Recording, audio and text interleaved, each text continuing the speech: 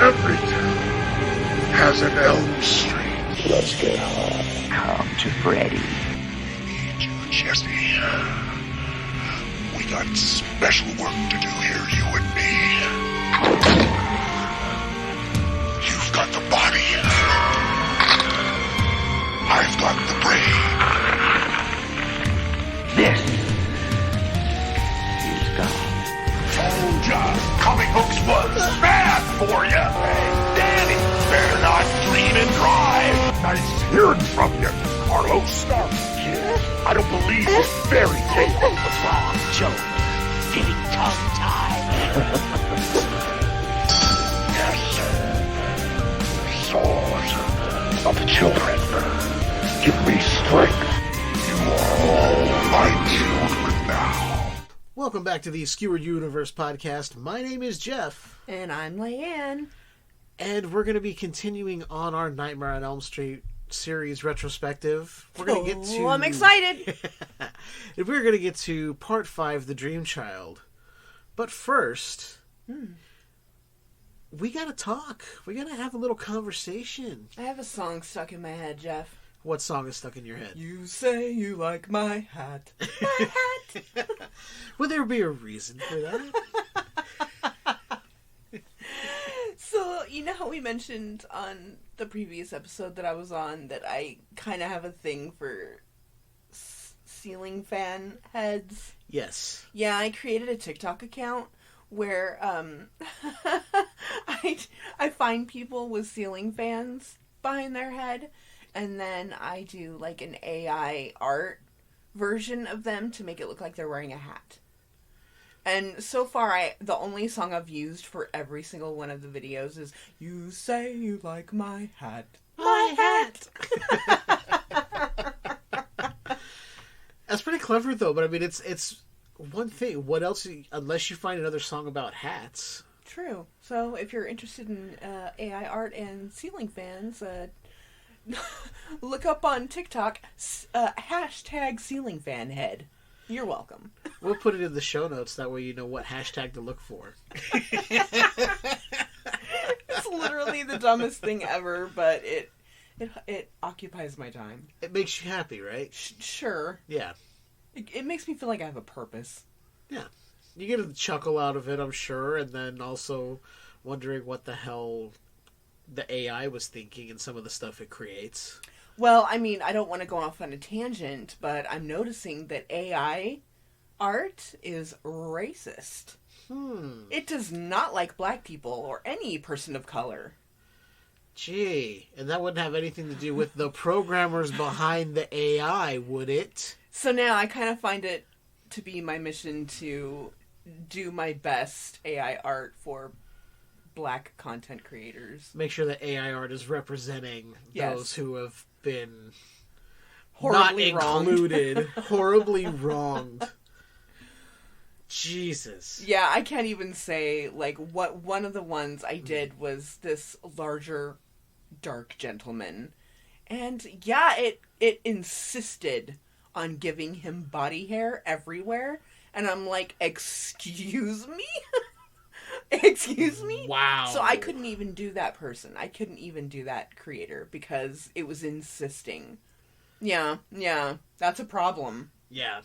So if any of you out there behind any of these AI art apps or you're programming AI to do this stuff, be inclusive. Right? Be better. If I say a black man, maybe make his skin color anything other than white? Yeah. Yeah. So anyway, yeah. Anyway. Yeah. You were telling me there was a series you recently watched that you wanted to bring up. Well, I did get a code for Apple TV. Oh, nice. Yeah. And I was like, you know what? I'm going to take advantage of it. And the first show I started watching, and I've watched all the way through, is called The Shrink Next Door. Are you Marty? Yeah. What brings you here? I don't know. Phyllis made me come. My sister. Oh. She must be very persuasive. Don't tell me about yourself. I run a fabrics company. You're the boss. That feel good? It feels... Phyllis has always been the strong one. You're a grown man hiding behind a wall of curtains. I think I can help you. The first thing I'm going to do is completely unethical. I'm going to give you a hug. No, I'm a hugger. There's no shame in feeling pain, Marty. Be the ruler of your own domain. Work begins at 9 a.m. sharp.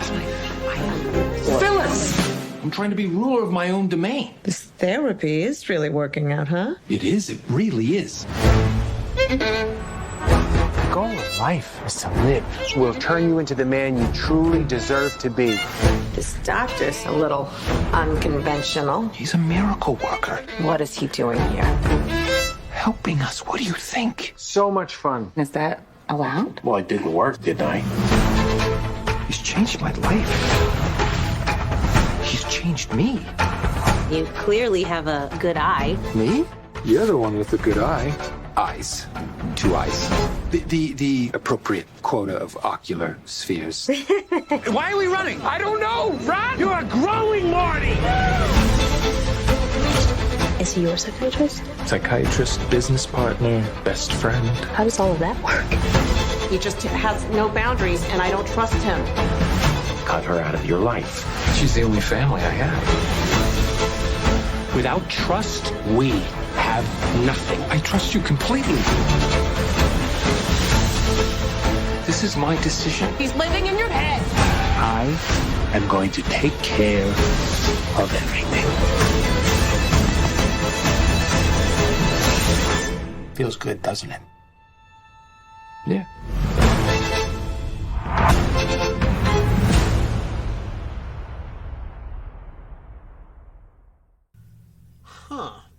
Okay. I have not heard of that one.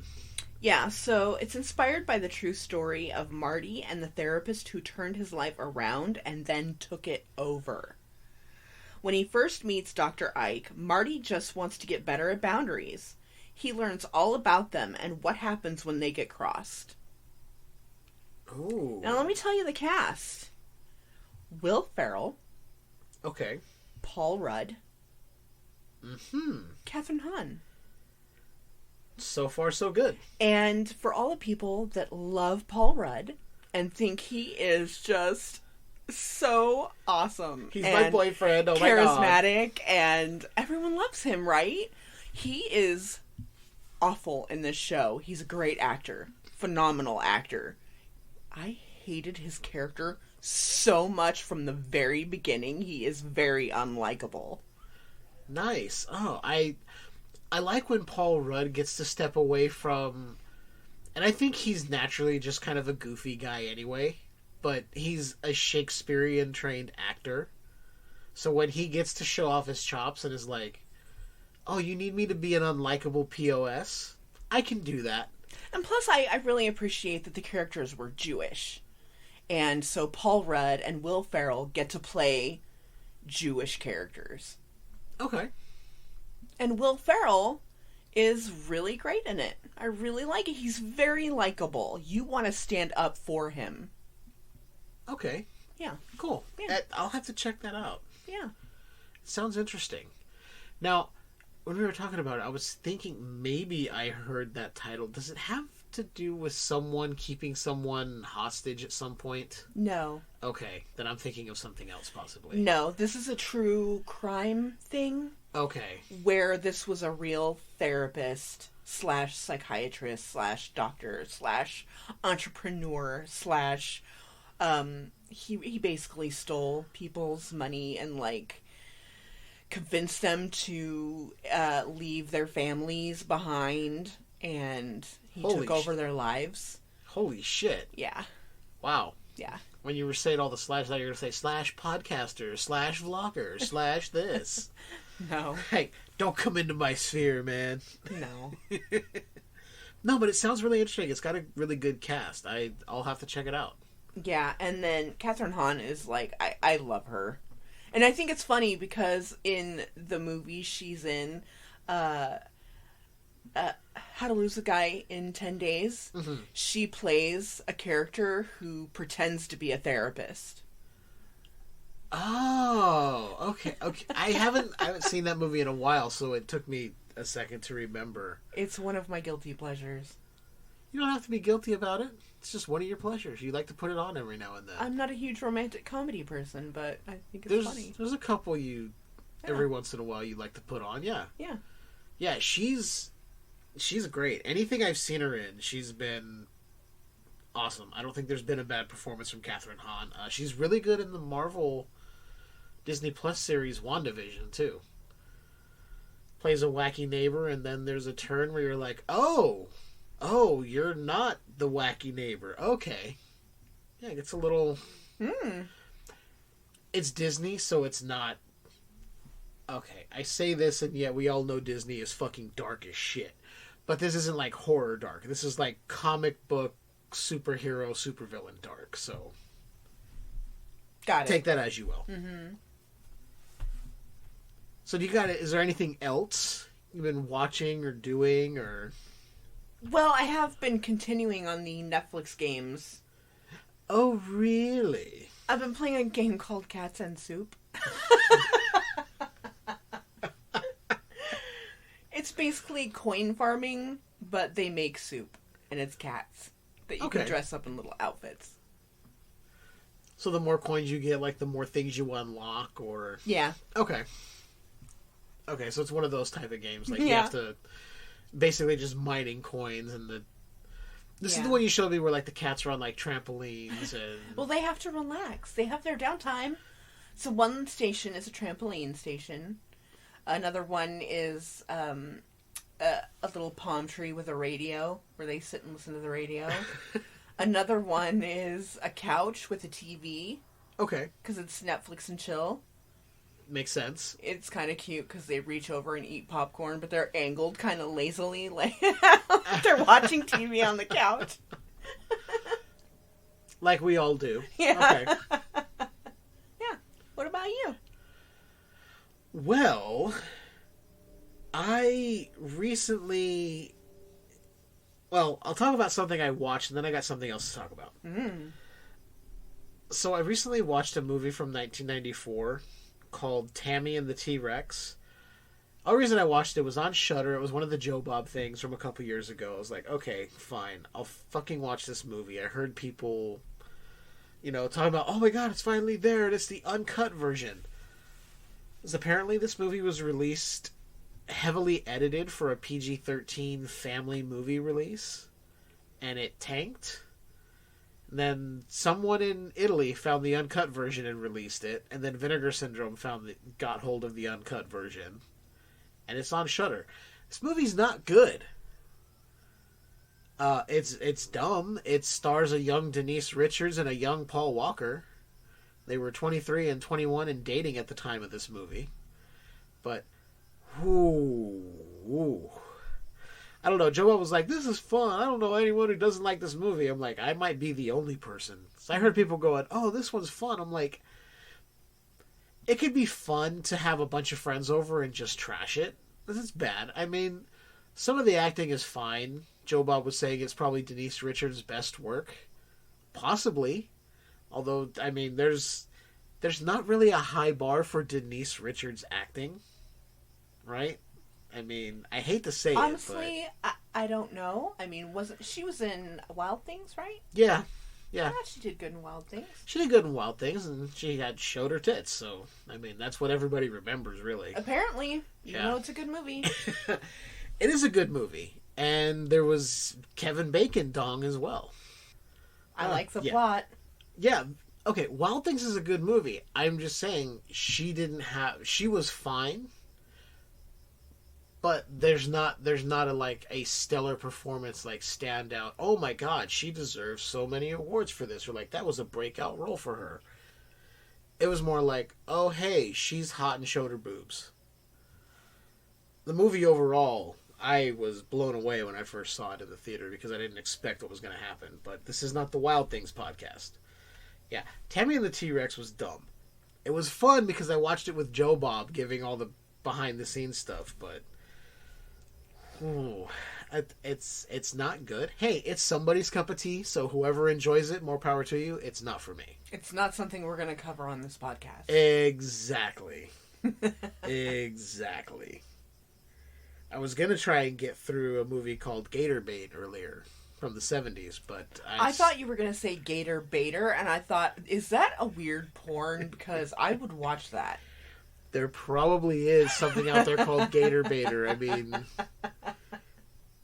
you might want to go into incognito mode before you go Googling that, because you never know what you're going to find. No way. I want everyone to know. It might be a true-to-life thing, like, I'm the Louisiana Gator Baiter. You never know. You never know. So there's not a whole lot else I've been doing. I've just been, catching up on wrestling and stuff like that. But the one thing I want to talk about is I recently became the official co-host of another podcast.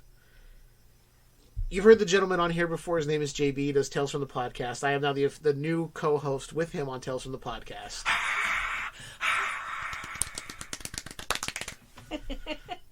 Hey, we have sound effects.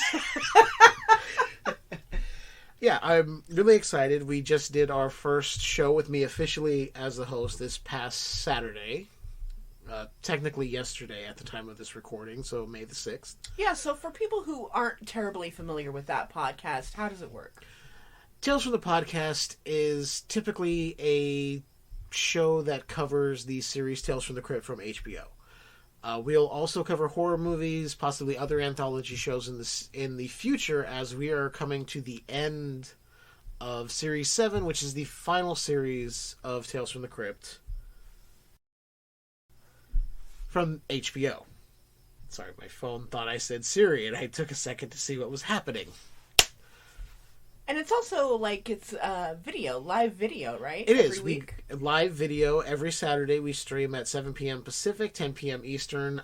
Time subject to change depending on schedules and things like that. Yeah, next Saturday, which will be, the 13th? We will actually be doing The Ritual, the 2017 Netflix film, and we will have Cornelius Burrows on with us as a guest. Oh. So I'm really excited to see where this goes. That does not mean Skewered Universe is going away. Changing. This is the first podcast I started. Leiann has been influential in that. We're sticking around. I can handle it, people. We're going to have two podcasts. They are two completely different styles of podcast. Yeah, they don't have interstellar interstitials like us. Exactly. That's kind of our thing. Yeah. So you get me, once a week live every week, and then you'll also get Skewered Universe. And then during your lives, there's also chatting that people can do. Yeah, for Tales from the Podcast, when we go live, you guys can join us on Facebook, Twitch, YouTube. There's live chat. You guys can talk to us. We'll put it up on the screen. It's like an interactive show. So you guys come over there. We'll hang out. You can hit us up there. You can go to talesfromthepodcast.com. Find out more information there. While you're doing that, you can also email Skewered Universe at skewerduniversepodcast@gmail.com. Send us some stuff, too. We want you to interact with us as well. Hit us up on those socials. You'll get all that information at the end of the show. And if you're new here, I'd like to say balls and suck my dick. Yes, she does. If you don't like that, then suck my dick. Yeah, it's a big one, so you better either not have a gag reflex or be really into chugging on some cock. Chugging. Yeah. Go. Yep, just take it all. Just I'm gonna call you Deep Throat Danny. I don't know what's happening. I don't know. I've podcasted many times. I mean, just to pull back the curtain a little bit. This past week, I have already recorded the Freddy's Dead episode, which comes out after this one with our friend Chuck. Saturday, I did my first official co-host gig with Tales from the Podcast, where I've joined up now. And now, today, Sunday, May the 7th, we are recording Part 5 for The Dream Child. So, I have been podcasting a lot this week, so if I seem a little out of sorts, my brain might be going all over the place. But I'm having a good time, people. That's what it's all about. Exactly. We're having a conversation about movies. And speaking of movies, so tonight we're continuing on. Tonight, of all nights, we are going to discuss... In a world where movie reviews are done pretty plainly and boring, Skewered Universe comes in with Interstellar Interstitials. Interstellar Interstitials. And you guys all know how that works. We gave you the rundown last week. You had our nice little English gentleman give you the breakdown. But tonight, continuing on our ANOES retrospective series, we're doing A Nightmare on Elm Street Part 5, The Dream Child.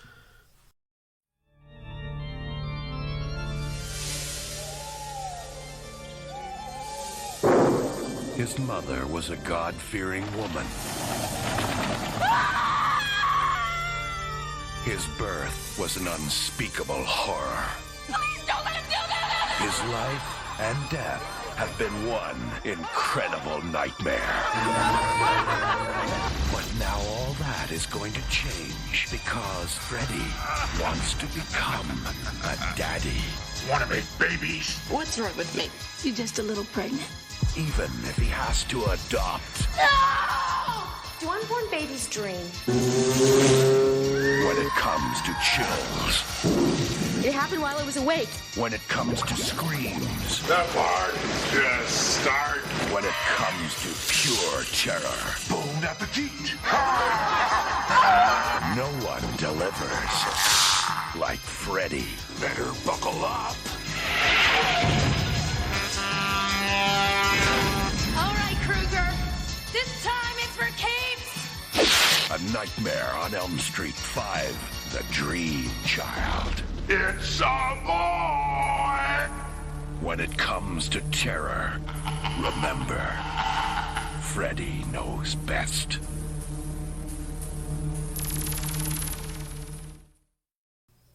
So this movie was directed by Stephen Hopkins and released in 1989.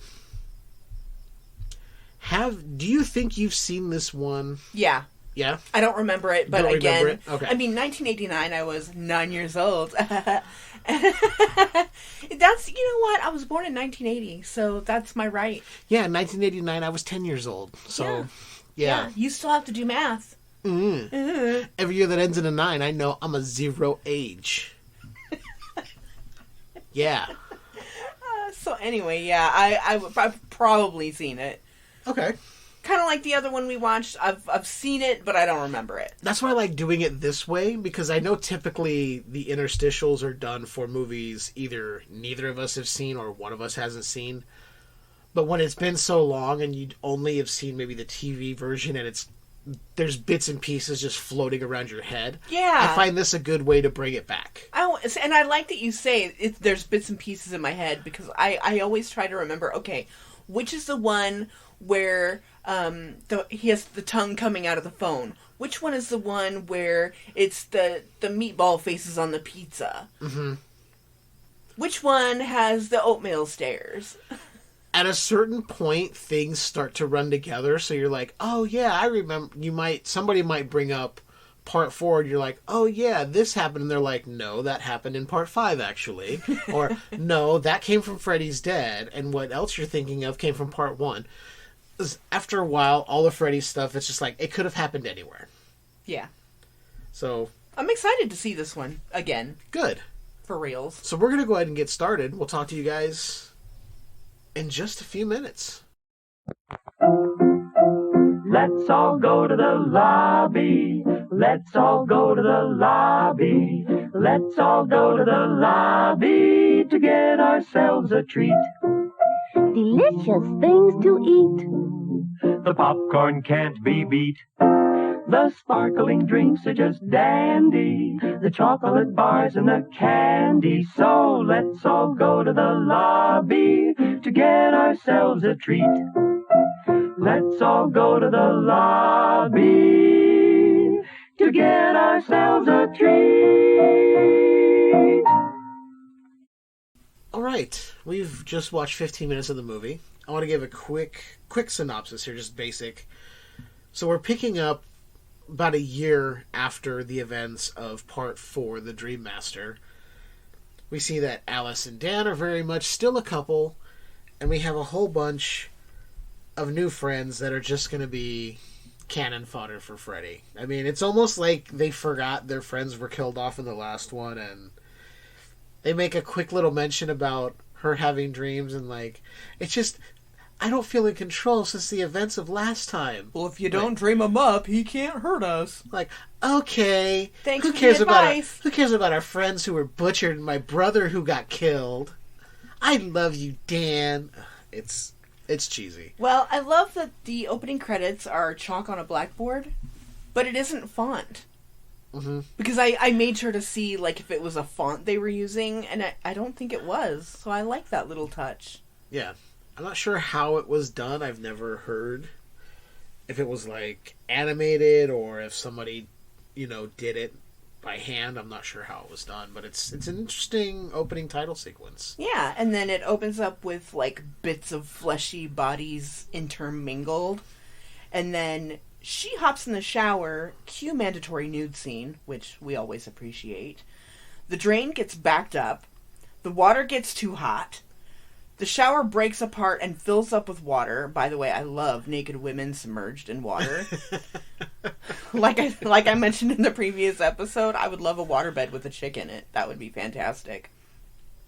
And then all of a sudden she's walking down a wet, dingy hallway and sees people grouped together in like tattered clothing, and they're mumbling.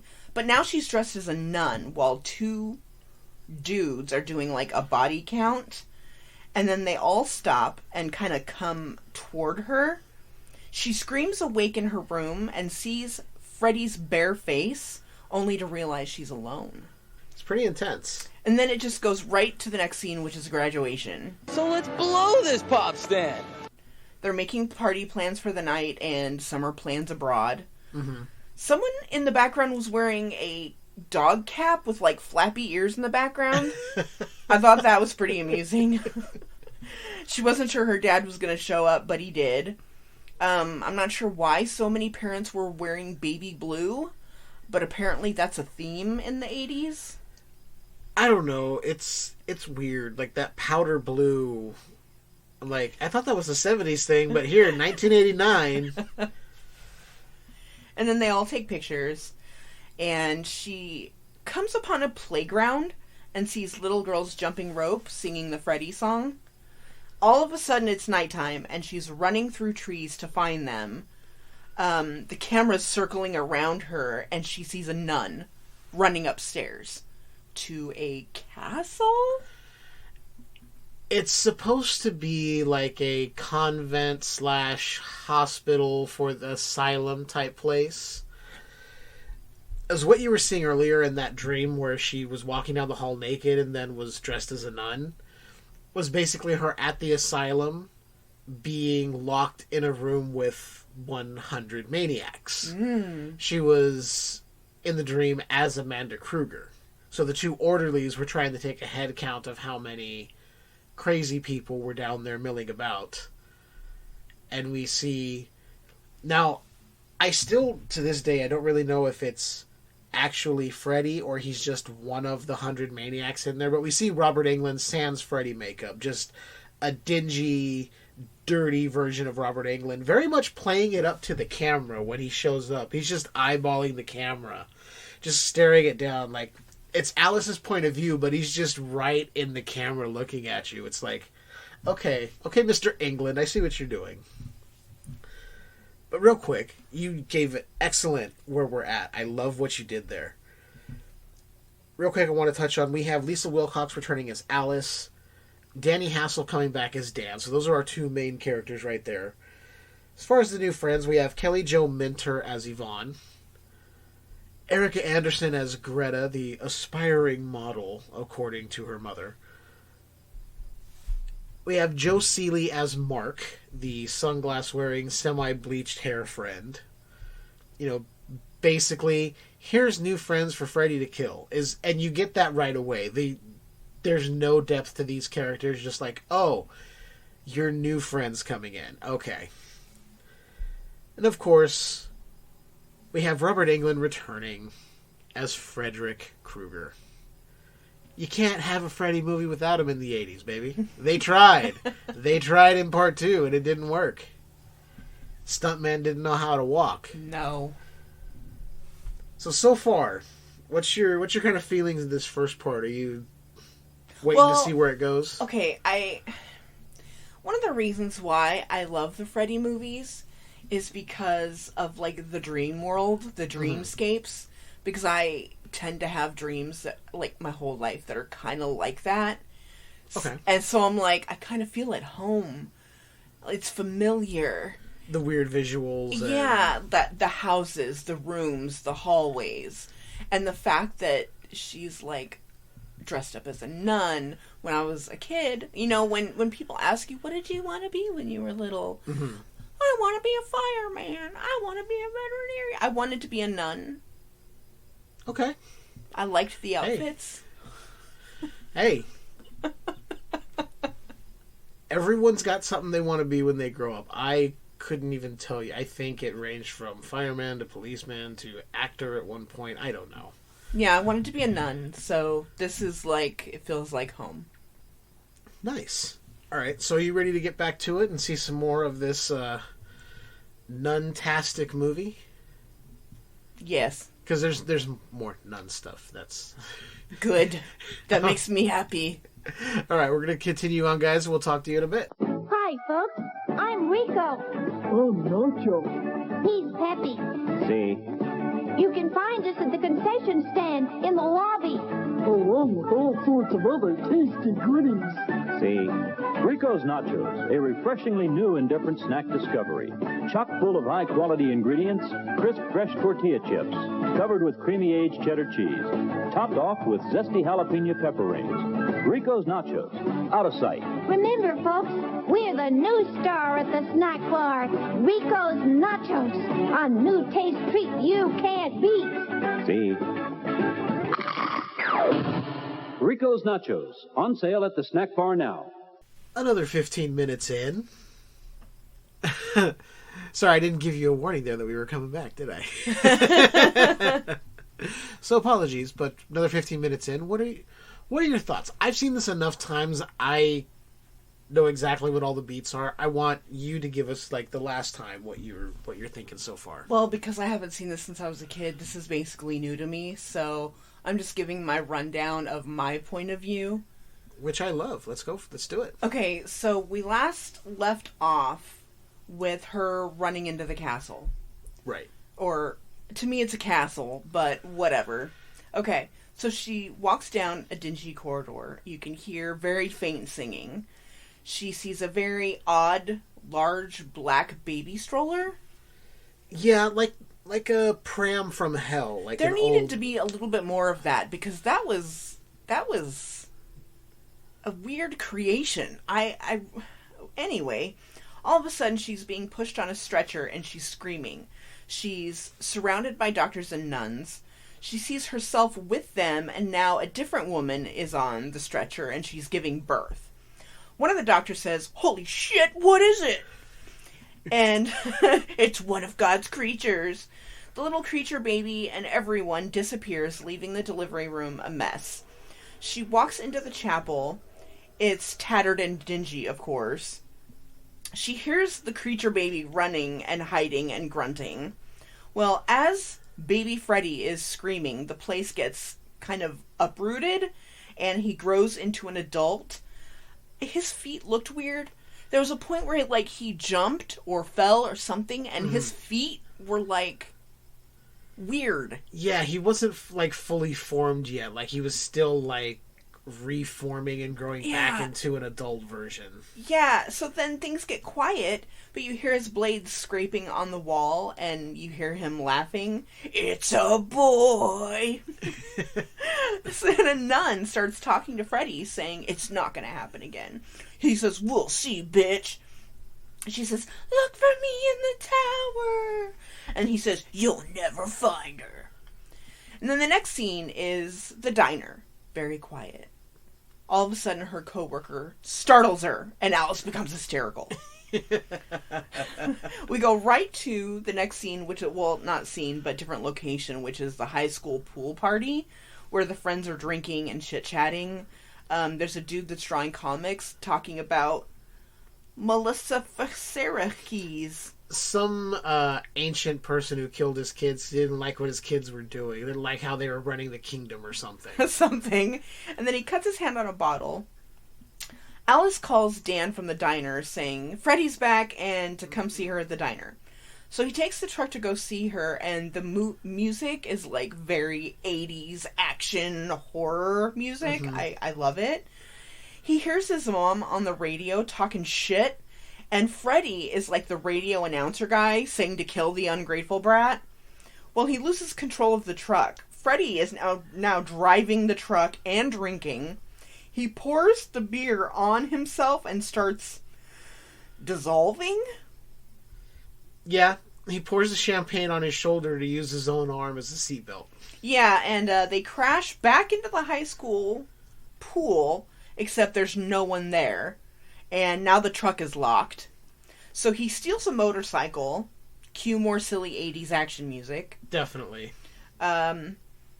Wires start growing from his hands, and Freddy's face is now in the bike.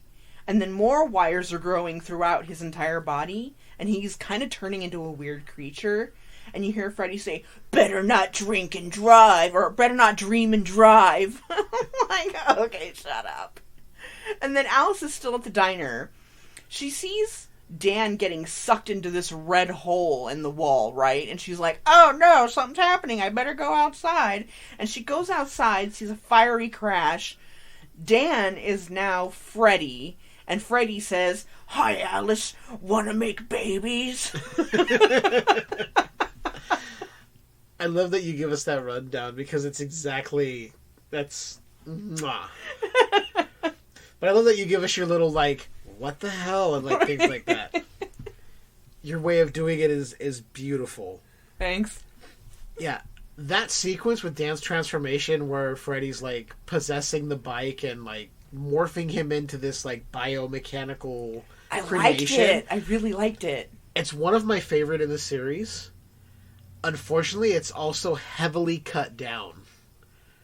I've seen little bits here and there where there's, like, longer sequences of, like, the skin being pulled and more blood and more wires going in. You know what? I'm realizing that a lot of stuff seems cut down that shouldn't be cut down.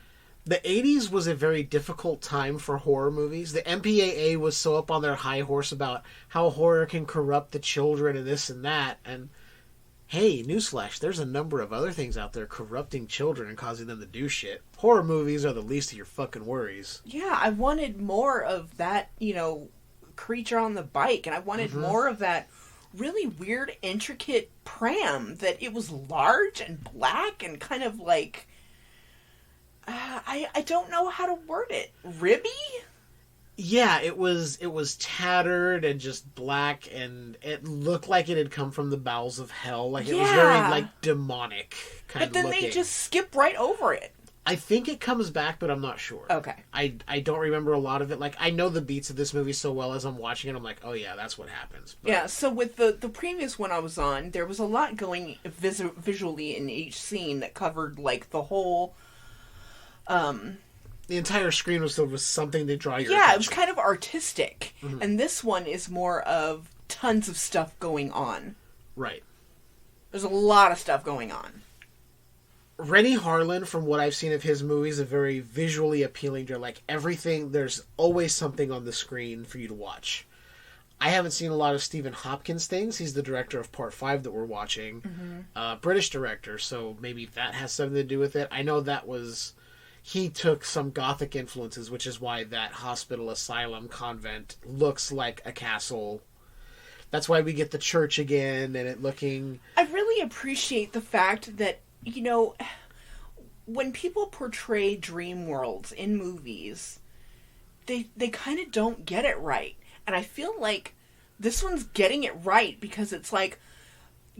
Right now, you're driving a truck, and then all of a sudden, you're at the high school, and then no one's there. And then all of a sudden, she sees a wormhole, and all of a sudden, and it's like, that's exactly what happens. All of a sudden, you're the person on the stretcher, and then all of a sudden someone else is on the stretcher. That is perfect. That's how dreams work. Yeah. It throws you around. You never know what's coming next. I really like it. Yeah. The sequence with Dan crashing through the window and being back at the pool, and then conveniently there's just a motorcycle there with the key in it ready to be taken. It's like, we've all had that where like something happens and then there's just something there out of convenience for us to take or use, whatever. Yum, yum, yum. I eat that shit up. I'm glad you're taking this all in. It seems like you're having a good time so far. It seems like this is more of like a gothic action type feel. Yeah. Yeah, and this is definitely... Freddy at this point is definitely just throwing out one-liners left and right. Which I'm fine with because it's kind of the shtick we all like. Yeah, it definitely became commonplace. I think... I was talking about this with Chuck when we recorded Freddy's Dead, not to give too much away, but like part 3 is where you start to see those one-liners kind of show up.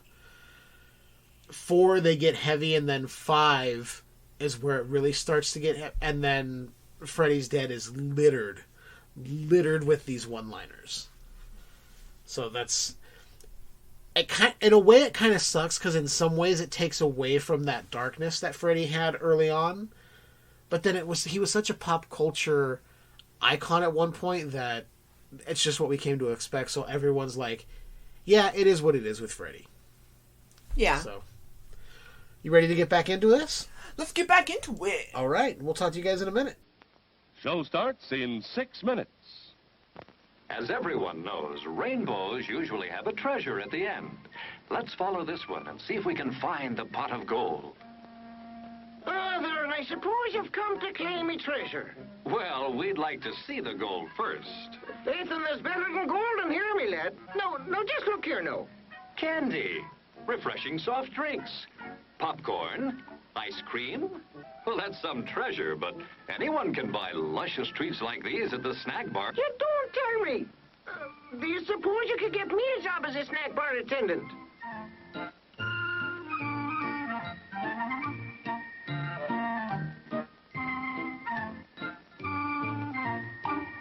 Show starts in 5 minutes.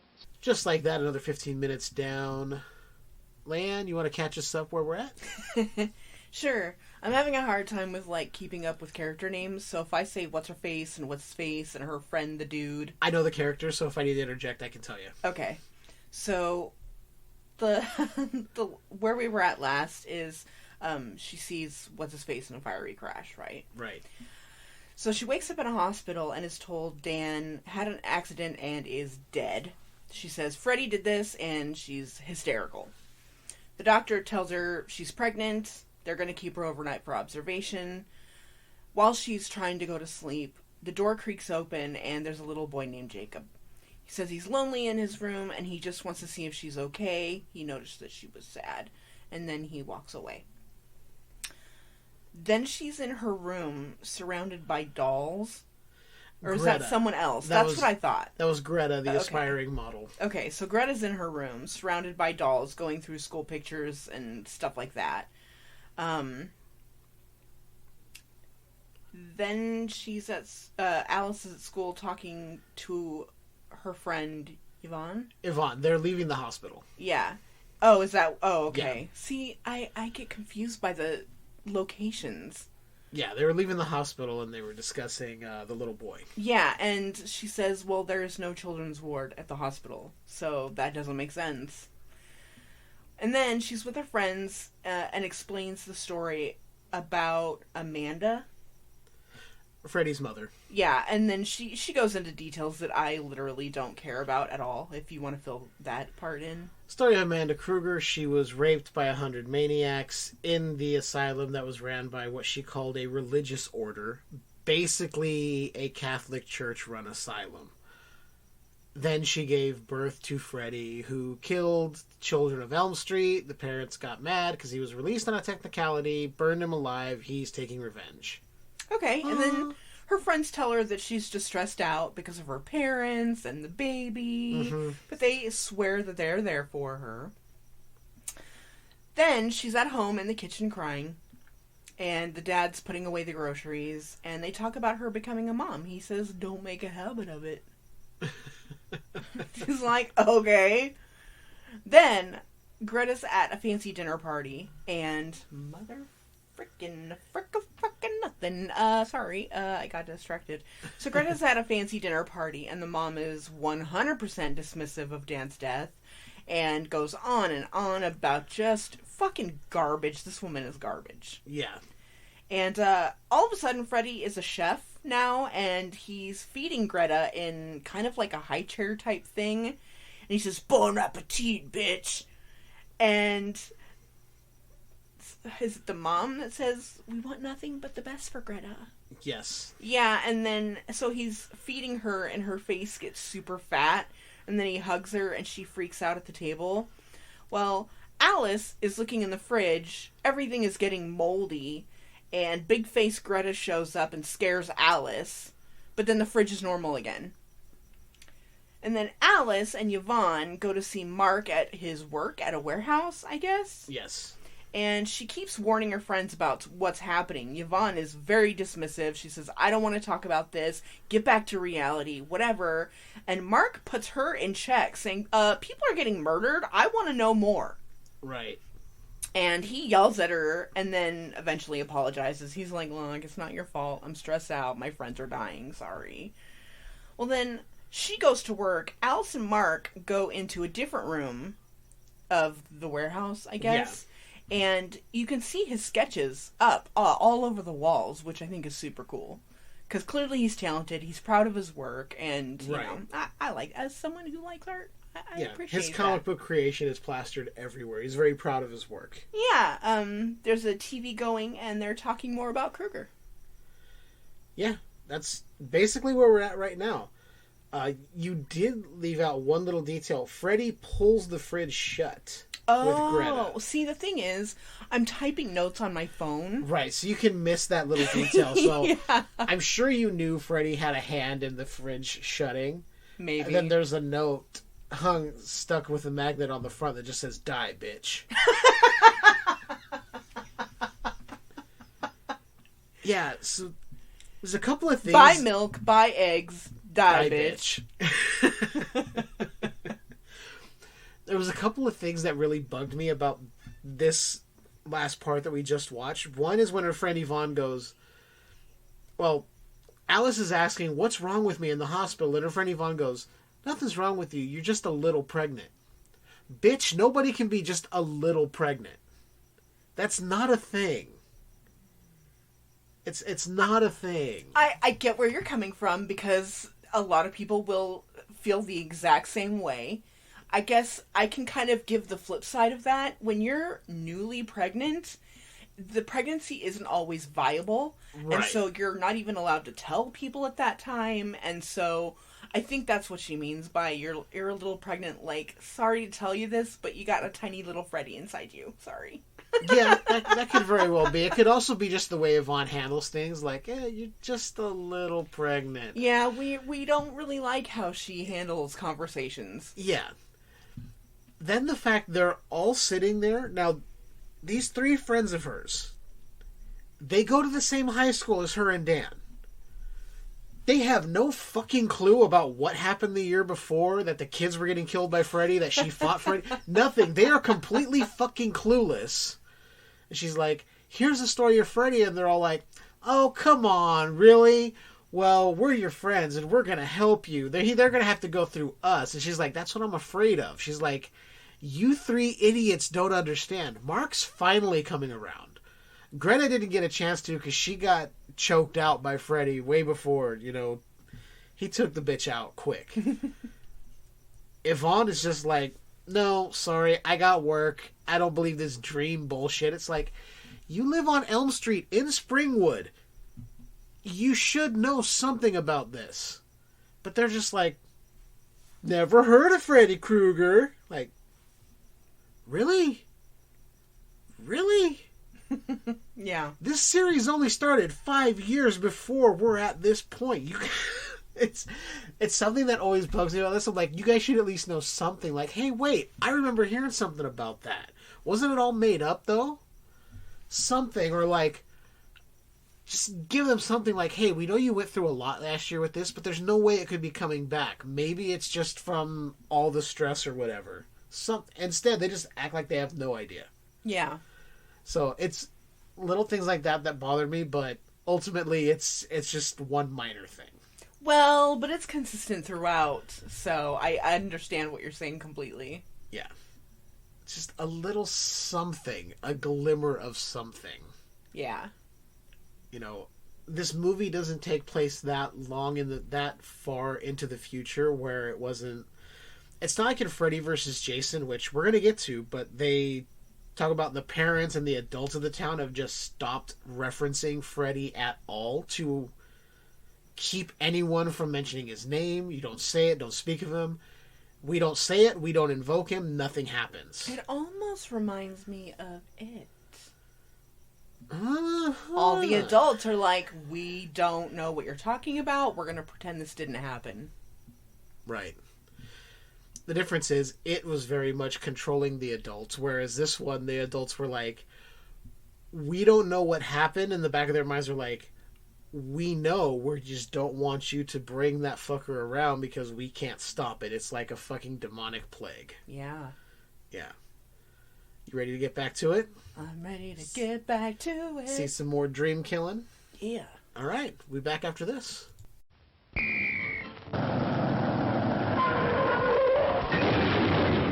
Mr. Projectionist, stop the show. Here's great news you ought to know. We've just got a shipment of taste-thrilled treats, all tip-top quality and delicious eats. There are hot dogs and popcorn and candy galore. There's soft drinks and coffee and a whole lot more. So direct your steps to our refreshment stand to enjoy the finest snacks in all the land.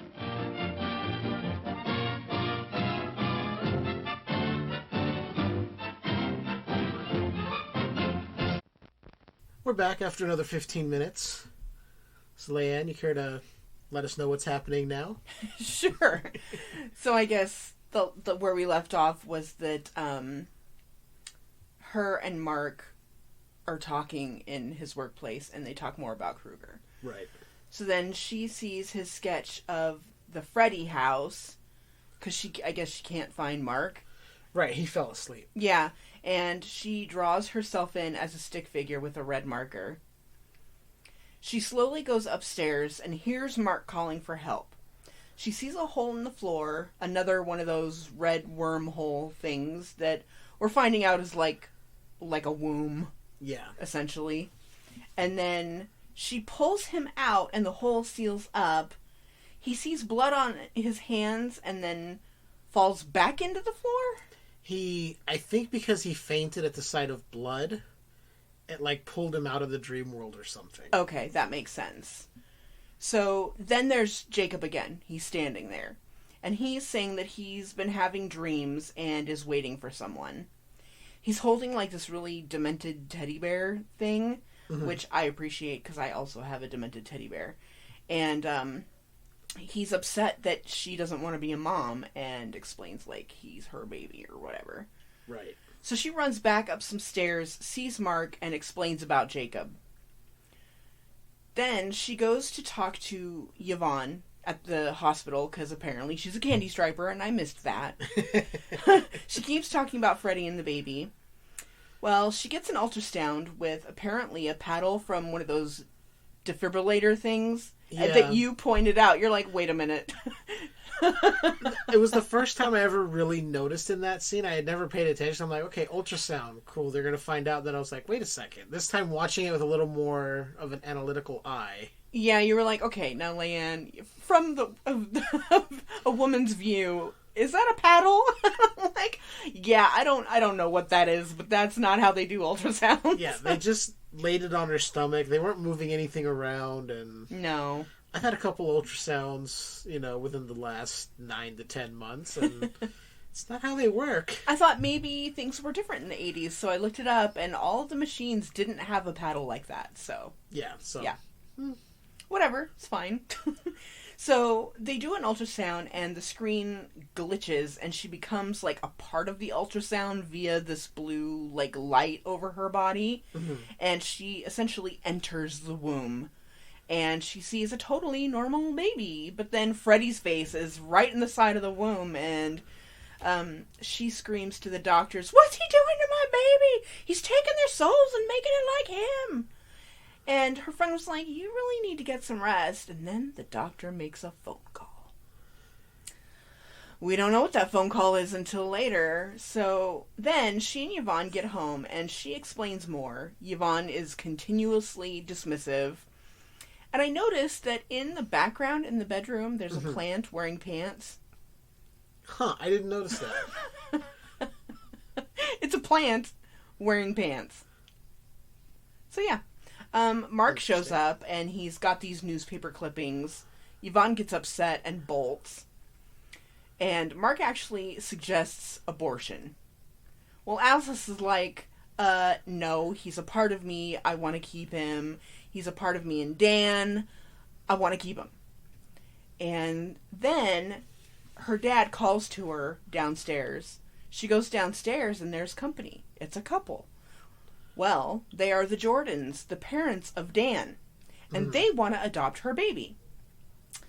They say that she can't take care of it because Dr. Moore called and said that she was hysterical, which, what doctor has a right to call, like, the baby daddy's parents to say that she's hysterical? What the fuck?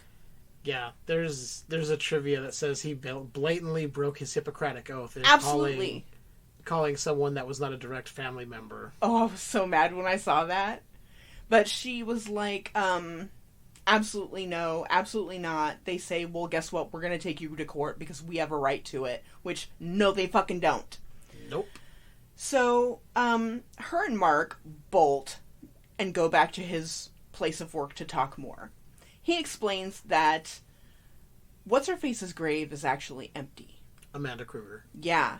And he pulls out this book called Christian Mythology, which I love. I love it because that's what Christianity is. Anyway, so he explains a lot more, and then he says that, she says she wants to go find her. And she suggests that she go to sleep while he watches her. Right. And that's where we're at right now. Yeah. It's never a good plan to have somebody watch over you because they never stay awake in these movies. Never. But yeah, Mark has basically been doing all sorts of research on Amanda Kruger, finding out she killed herself in the tower, but they never buried the body.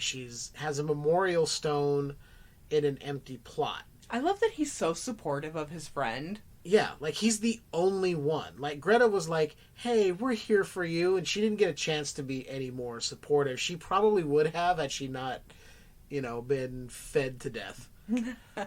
But Mark is, like, not trying to gaslight her. He's like, okay, there's some shit happening. I want to find out more. Yvonne she cares about Alice, but not to the point where she's willing to believe her. She doesn't want to believe the white people's bullshit. Because she is a person of color. Yes. And that's not me generalizing. It's just like, look, I don't want to get caught up in some bullshit where I might die. So stop talking crazy. Get some fucking sleep. Yeah. Like, well, sleep kills. Yeah. In this universe, sleep kills. But I like that Mark went and found out that Amanda Kruger is a tormented soul. Her soul can't rest until she's released from the place of torment and all this stuff. Basically, another callback to, like, the old classic monster movies where some form of faith-based thing comes into play and defeats the monster. I mean, it's very heavy in all, like, the vampire movies and that. There's good and evil.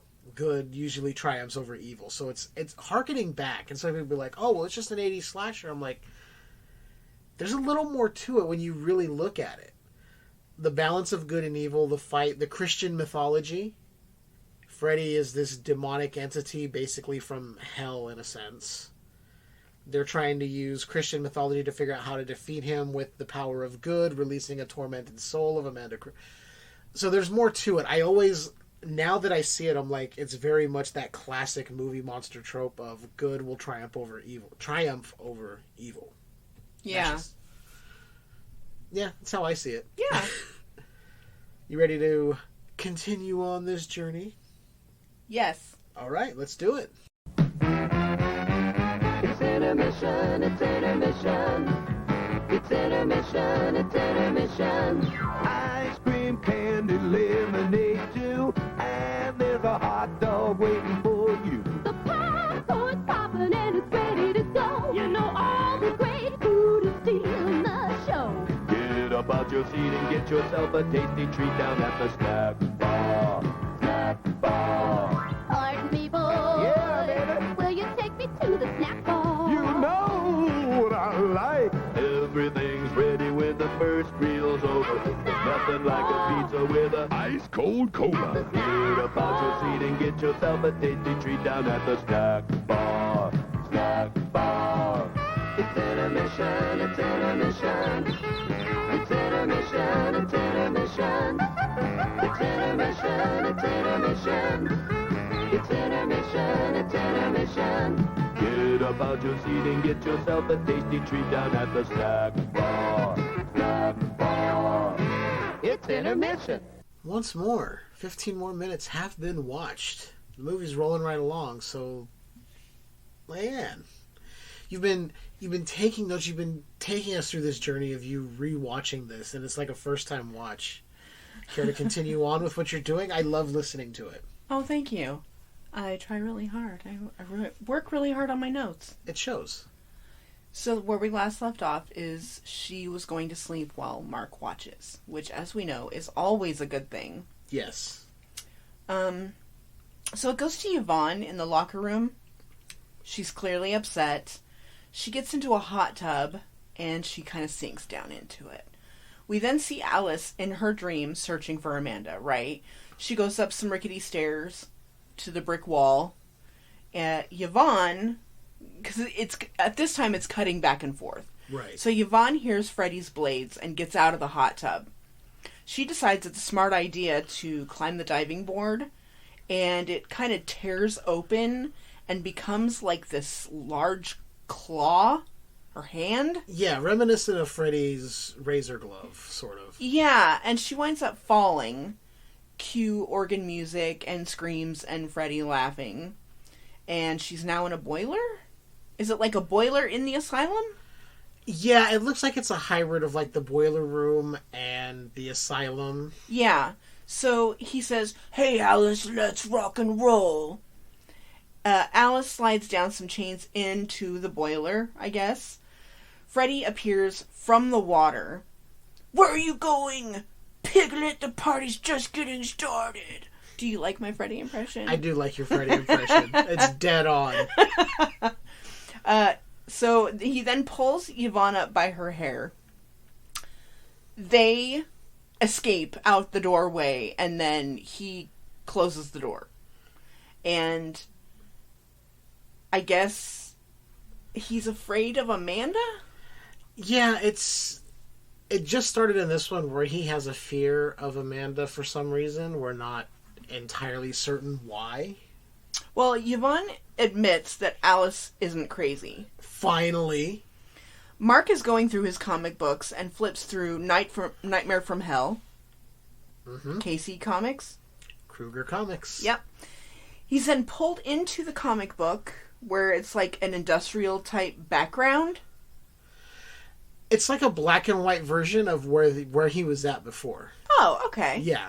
But the things are kind of like at odd angles and right. Definitely dream world. Freddy chases him, cue 80s action music. Freddy rides a skateboard because it has to be relevant to teenagers, right? Well, I think because Mark was a skateboarder too. Well, like I said, it has to be relevant to the teenagers, right? That's right. He's got to be hip with the kids. Exactly. The background eventually like collapses or something, and blood drips onto Mark's head. And he sees Greta and Freddy. "Is she delicious or am I crazy?" Mark becomes a character and says, "Time to die, you scar-faced limp dick." Yeah, it becomes his comic book creation, the Phantom Prowler. Yeah, the Phantom Prowler. That's great. Freddy also kind of like bulks up too. He becomes Super Freddy. Yes, he does. He's throwing lots of one-liners. Mark then becomes a drawing, and Freddy uses his blades to like slice him up into pieces. And then Alice wakes up and sees that the place is a mess. Well, all of a sudden the cops show up to Mark's work because, you know, he's dead. She's now hysterical. Yvonne shows up and Alice explains that he fell asleep, Kruger got him, and they have to figure out how to stop him. We gotta find Amanda. Well, the dad insists that she goes home, and she tells Yvonne, go find Amanda. So Yvonne goes to the asylum with a flashlight, as one does. Yeah. Alice winds up falling asleep, and of course winds up in the asylum. She calls out to Freddy. Yvonne goes up the rickety stairs with the brick wall. Alice and Yvonne are now overlapping. One is in real life, one is having a dream. And Yvonne shines the light into the hole in the brick wall, and Freddy is, like, right there. And he starts searching and finds Alice. We hear, like, all the asylum maniacs in the background. And Alice winds up getting him with the evil pram. Mm-hmm. The pram from hell. Which, you were right, it does come back. Yeah, I wasn't sure until that scene happened. I was like, I think it comes back, and it did. Yeah, so right now, he's currently being grabbed by all of the asylum maniac people. Right. That's where we're at. I love that recap. I love that. Yeah, she was taunting Freddy, saying, "You coward motherfucker!" I was like, Jesus. It's still an evolution of the character that was so shy and timid in part 4. I also like the evolution of the dad, who was just a drunk asshole in part 4, and in this one he's more compassionate, he's sober. He's more of a dad. Yeah. He's sober, so he's like appreciating what's happening. And there is one scene where it was a scene where she was crying and he came back from the grocery store. Mm-hmm. And he said, "Oh, I hope you have a boy. It'd be nice to hear a boy playing around the house again." Mm-hmm. And it's the one moment where you're like, oh, he really misses his son. Despite how he treated him like shit, you're like, oh, he really misses Rick, that little meatball. Yeah, and then when the Jordans are saying, you know, we're going to take your baby, he actually stands next to Alice. Like, absolutely not. He defended her. He said, "You're going to come into my house and talk about..." No, get out. Yep. Basically like, fuck you. This is my daughter. She's going to have the baby. Fuck off. Yep, he's getting redeemed. Yeah. So I got a couple of little trivia things I want to throw at you here. So the actress playing Yvonne, mm-hmm. that diving board scene, mm-hmm. she was very ill with food poisoning during that entire filming. Oh, no. Yeah. That entire sequence when they were filming, she was deathly ill with food poisoning. Oh my god. I've never had food poisoning, but apparently it comes out both ends and violently. Yeah. And she's wearing a bathing suit. Yeah, so that couldn't have been fun. Now the other one, it's a little sad piece of trivia, but you know I love sad. The child actor who's playing Jacob. Yes. His father actually passed away while they were filming this movie. Oh. Yeah, so he everyone on the cast and crew kind of like helped him to like get through it. Like, he said it was sort of cathartic to be there working because it didn't really like occupy his mind that his dad was gone. Oh, that's... Like, he had his time to grieve afterward, but everybody around, he said, everybody was really supportive, and it was just... He goes, it was a tremendous work environment for me to be there. I really think it helped me get through it. I'm like, Jesus. Oh, that's really sad. Yeah. I love it. Yum, yum. That makes me want to cry. Yeah, so just little tiny things here and there. That's cool. Yeah. And also, this is the last movie in the franchise until Freddy vs. Jason to show the jump roping girls. Okay. Yeah. I actually didn't know that until I rewatched Freddy's Dead recently, and I was like, oh yeah, they aren't in that movie. Not that that gives anything away. No. They're not really an important plot point in any of the films. No, they're just kind of a visual and audio staple. That's it. Basically like, oh. If you see them, if you hear them, you know shit's gonna go down. Yeah, something's happening. Mm-hmm. They're like the harbinger of Freddy. Like Crazy Ralph was in the first couple of Friday the 13ths. Same thing. So, right, so we don't have much time left on this. You want to finish it out and we'll come back and wrap it up? Let's wrap it up. Alrighty.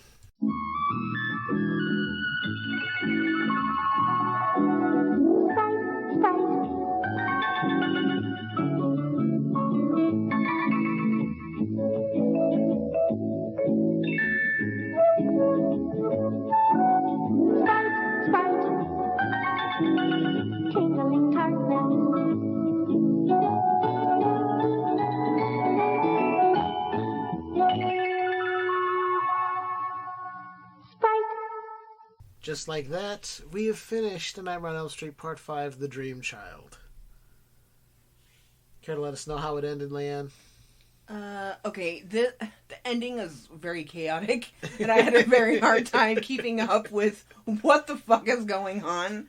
So essentially, okay, we ended with Freddy being grabbed by the asylum lunatics or whatever. Right.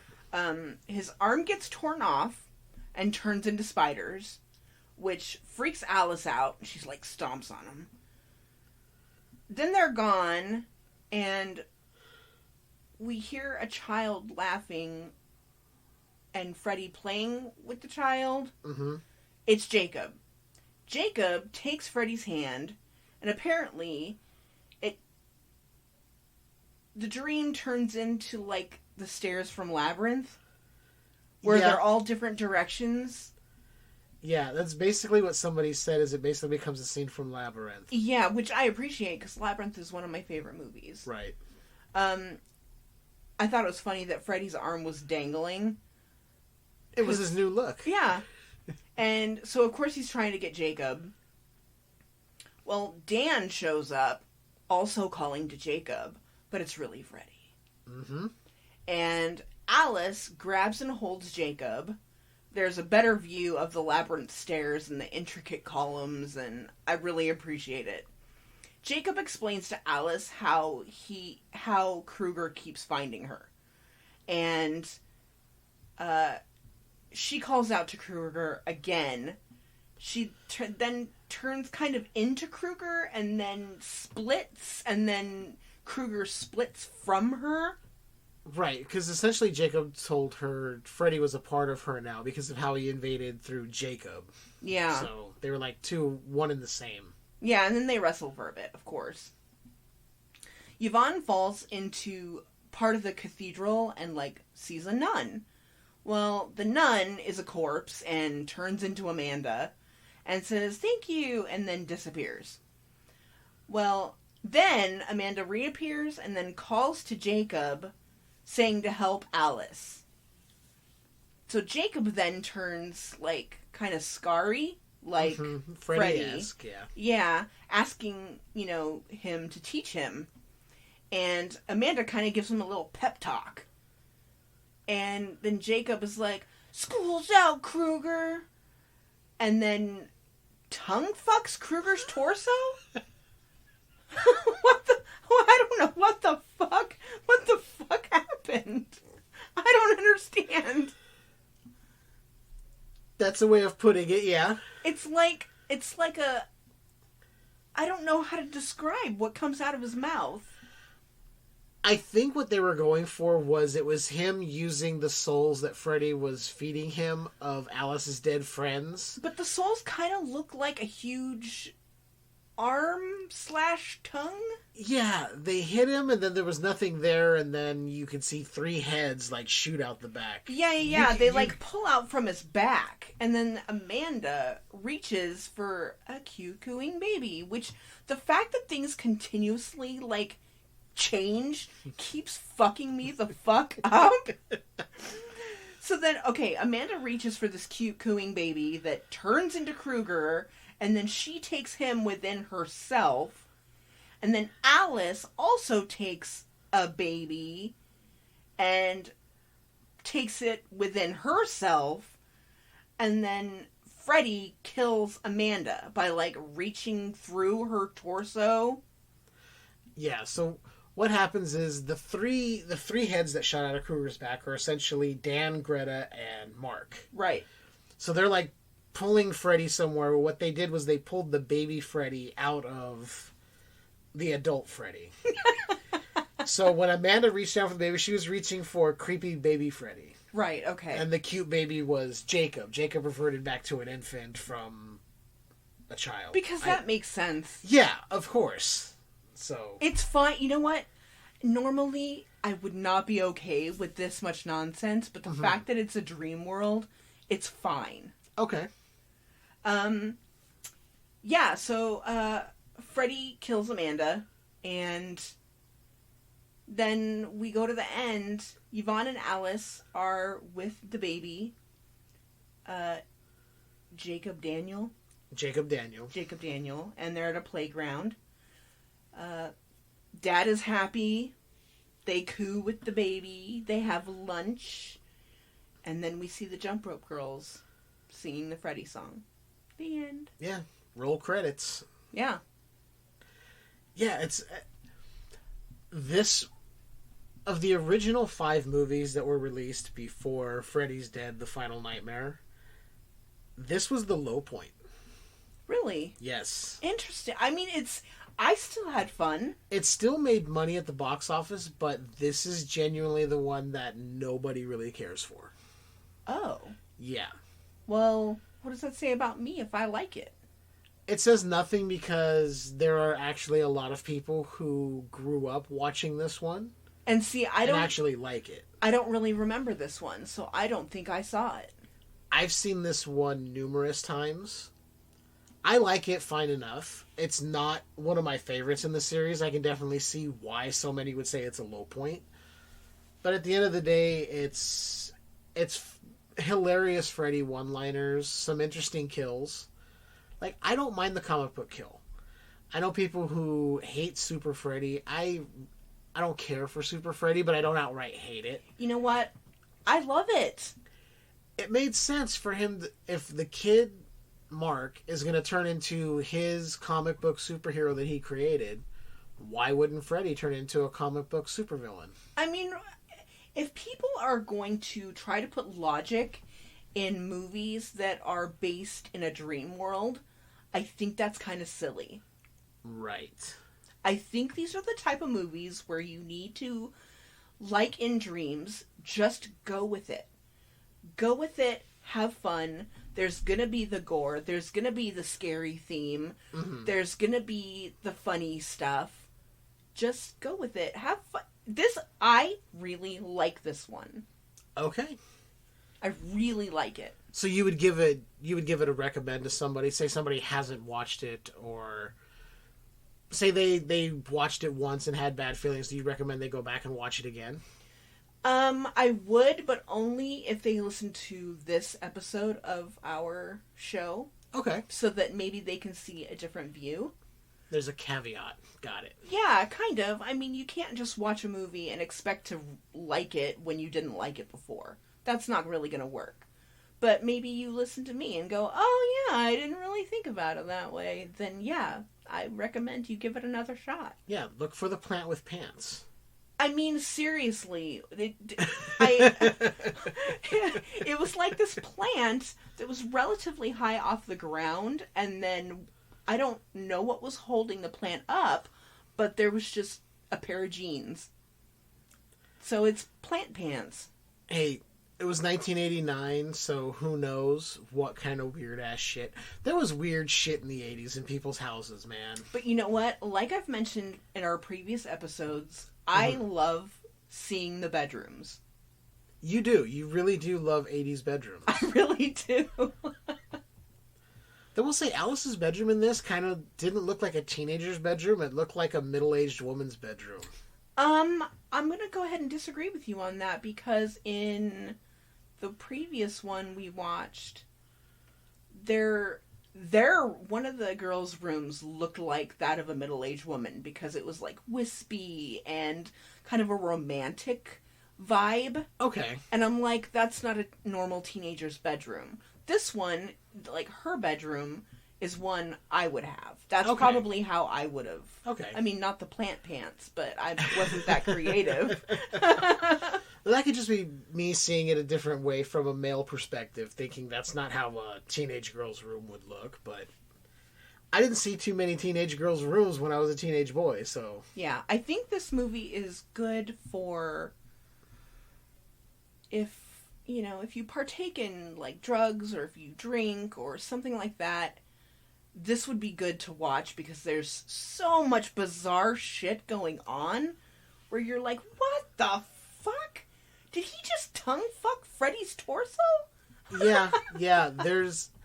This one has a lot of people calling out, like, a lot of plot holes, and I get it. At the same time, I'm like, it was the 5th installment. They were kind of rushed to get this movie out. They didn't have a lot of time. They didn't have a whole lot of money. And even though I believe it came in 3rd at the box office, so it made its money. It was panned really hard. Critics and fans just did not care for this one. Well, they can suck my balls and lick my ass because I loved it. Yeah, I think there's a lot of people now who actually genuinely like the film, but...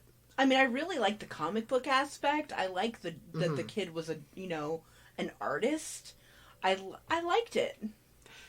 And that character was actually based on the director, Stephen Hopkins, who was a big comic book guy. Oh, that's cool. Yeah, just another little touch there. Yeah. So yeah, I'm going to be with you. I do like this one, and I'm going to recommend people check it out. If you watch this episode, get a different perspective when you go into it. If you listen to this episode? Yeah. You said watch it. Oh, listen, yeah. You're confused because you're not on video. Yeah, I'm confused. I'm not streaming right now. We're just recording. So we both recommend this. Yeah, thanks for having me watch it. Of course. Of course. I really like it. I want to own it. Honestly, I would have to say... I'm going to say this one's my favorite. Okay.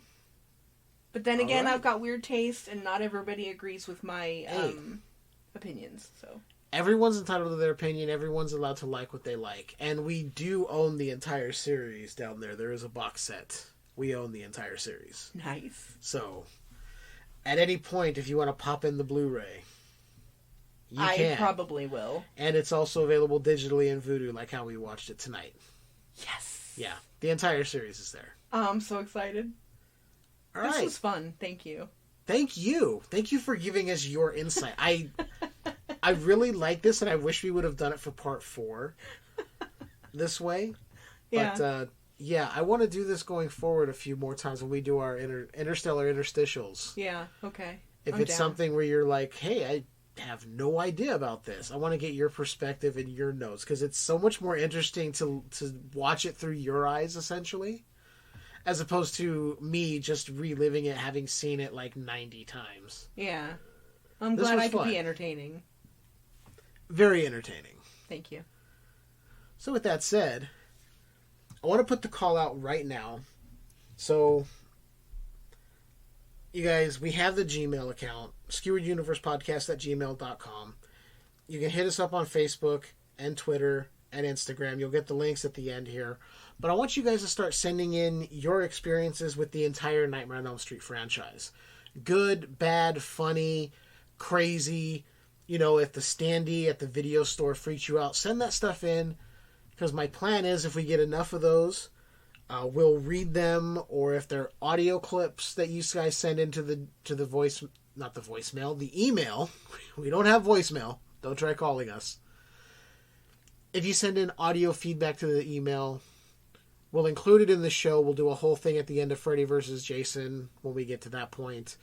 So you guys can kind of be included with everything here. So send us your feedback. Send us your feelings, your experiences with this. We want to know what haunted your nightmares. That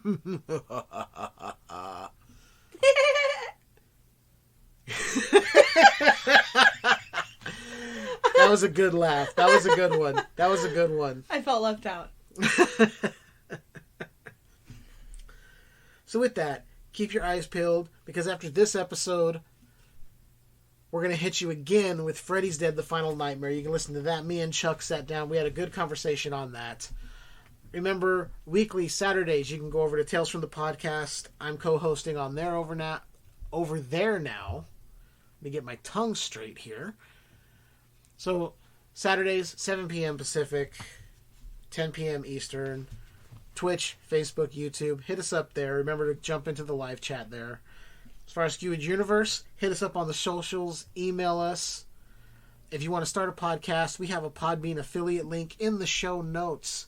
You use that link, you get a month of free podcast hosting with a paid unlimited plan. It'll help you out. It'll help us out. Get that going. We also have a Patreon. Patreon.com/Skewered Universe Podcast. You can head over there to support the show. Get transmissions episodes. I've been working hard on putting some of those out. They're all available over there. Transmissions. They're a lot of fun to do. There's a lot of wrestling, a lot of comic book movies, stuff like that. And that being said, Leiann, do you have anything you want to say before we close out here? I love you, and I will see you in your dreams. Keep enjoying that universe that's just a bit skewered. Connect with us on social media. Join us on Facebook at facebook.com/Skewered Universe Podcast or join the group, facebook.com/groups/Skewered Universe Podcast. Follow us on Twitter at SkeweredU or Instagram at Skewered_Universe_podcast. Find the show on Apple Podcasts, Google Podcasts, Stitcher, Spotify or Podbean.com. Support the show by going to patreon.com/Skewered Universe Podcast to get special episodes and commentary tracks exclusive to members. So let's blow this pop stand!